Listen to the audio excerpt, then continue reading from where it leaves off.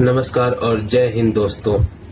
मैं आ गया हूँ आज आपके लिए चुनिंदा 5 क्वेश्चन को लेकर, जो कि 2023 जनवरी से लेकर अभी तक के सबसे ज्यादा पूछे जाने वाले प्रश्नों में से कुछ 5 हैं। तो चलिए मिलजुल कर उसे देखते हैं। मैं उसके बारे में आपको बताता भी चलूंगा और आज मैं उसका आंसर ही नहीं बताऊंगा, साथ ही साथ उसके बारे में कुछ विशेष टिप्पणियां एक आध दो पॉइंट के साथ आपको समझाता भी चलूंगा। तो चलिए बढ़ते हैं हमारे सबसे पहले प्रश्न की ओर। Which sport person won both the world rapid and world blitz chess titles? और आपके ऑप्शन से A R Praggnanandhaa, B Magnus Carlsen, C Koneru Humpy या फिर डी हरिका द्रोणावली। ये जो क्वेश्चन हमसे कहना चाह रहा है वो पूछ रहा है कि किस खिलाड़ी ने विश्व रैपिड और विश्व ब्लिट्ज खिताब शतरंज में जीते हैं। इसका जो सही उत्तर है, इसका सही हमारा जो आंसर हो जाएगा वो है option B Magnus Carlsen. Magnus Carlsen है वो अलमाइटी में विश्व रैपिड और विश्व ब्लिट्ज शतरंज खिताब जीतकर एक अनोखी उपलब्धि हासिल की है। ये 32 साल के हैं। अपने कैरियर में तीसरी बार क्लासिकल और रैपिड ब्लिट्ज के सभी 3 विश्व शतरंज चैंपियनशिप खिताब के धारक बने हैं। मैं आपको ये भी बता दूं, 2022 तक किसी भी अन्य खिलाड़ी ने एक ही वर्ष में ये दोनों खिताब नहीं जीते हैं, तो ये इनके लिए एक बहुत बड़ा उपलब्धि है। Magnus Carlsen created a unique feat when he won both the world rapid and world blitz chess titles in Almaty. The 32-year-old became the holder of all 3 world chess championship titles in classical, rapid and blitz for the 3rd time in his career. As of 2022, no other player has ever won both the rapid and blitz titles in the same year. So let's forward to next question. The country is set to launch electronic Supreme Court reports, that means ESCR project, and your option is option A Sri Lanka, option B Pakistan, option C India and option D Bangladesh. ये जो question हमसे पूछ रहा है वो है कि कौन सा देश इलेक्ट्रिक सुप्रीम कोर्ट रिपोर्ट्स यानी ESCR परियोजना शुरू करने को तैयार है। और हमारे ऑप्शन है ए श्रीलंका, बी पाकिस्तान, सी इंडिया या फिर डी बांग्लादेश। तो इसका जो सही उत्तर है वो है जी हमारा प्यारा देश भारत। हमारा भारत ही ये एक नई पहल शुरू करने जा रहा है, जो कि जितने भी लॉ के स्टूडेंट हैं, जितने भी वकील हैं या फिर हम लोग जैसे आम जनता को भी इससे काफी फायदा होने वाला है। ESCR होता क्या है? इसका जो फुल फॉर्म है जो आपके स्क्रीन पे लिखा हुआ है, इलेक्ट्रॉनिक सुप्रीम कोर्ट रिपोर्ट्स यानी ESCR। हमारा भारत का जो सर्वोच्च न्यायालय है यानी सुप्रीम कोर्ट अपने लॉ के जितने भी विद्यार्थी हैं, जितने भी वकील हैं और आम जनता को अपने फैसलों की आधिकारिक कानून रिपोर्ट प्रदान करने के लिए एक परियोजना शुरू करने जा रहा है।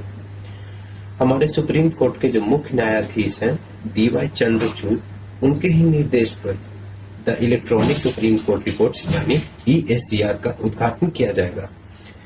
ये बहुत बड़ी उपलब्धि है हमारे लिए। The Supreme Court of India is set to launch a project to provide free access to official law reports of its verdicts to law students and the general public. The Electronic Supreme Court Reports ESCR project will be unveiled on the direction of Chief Justice of India DY Chandrachud.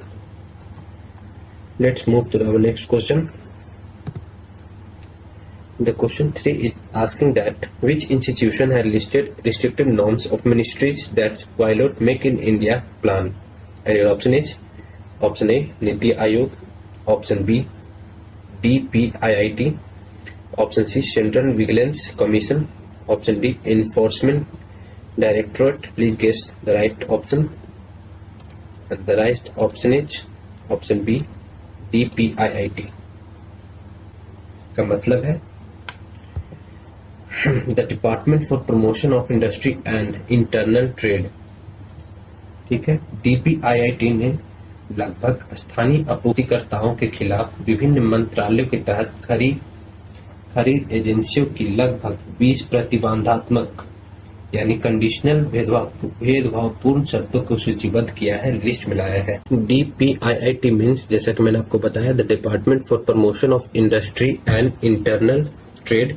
The Department for Promotion of Industry and Internal Trade has listed around 20 restrictive and discriminatory conditions of procuring agencies under various ministries against local suppliers. Let's move to the next question. Our next question is that India signed USD 1.2 billion loan agreements for infrastructure projects with which institution? And your option is option A World Bank, option B Asian Development Bank, and option C AIIB, and the last option is IMF. ये हमसे पूछ रहा है भारत ने किन संस्था के साथ इंफ्रास्ट्रक्चर प्रोजेक्ट्स यानी बुनियादी ढांचा परियोजना के लिए 1.2 बिलियन डॉलर का ऋण समझौता यानी कहने का मतलब लोन एग्रीमेंट्स पर साइन किए हैं।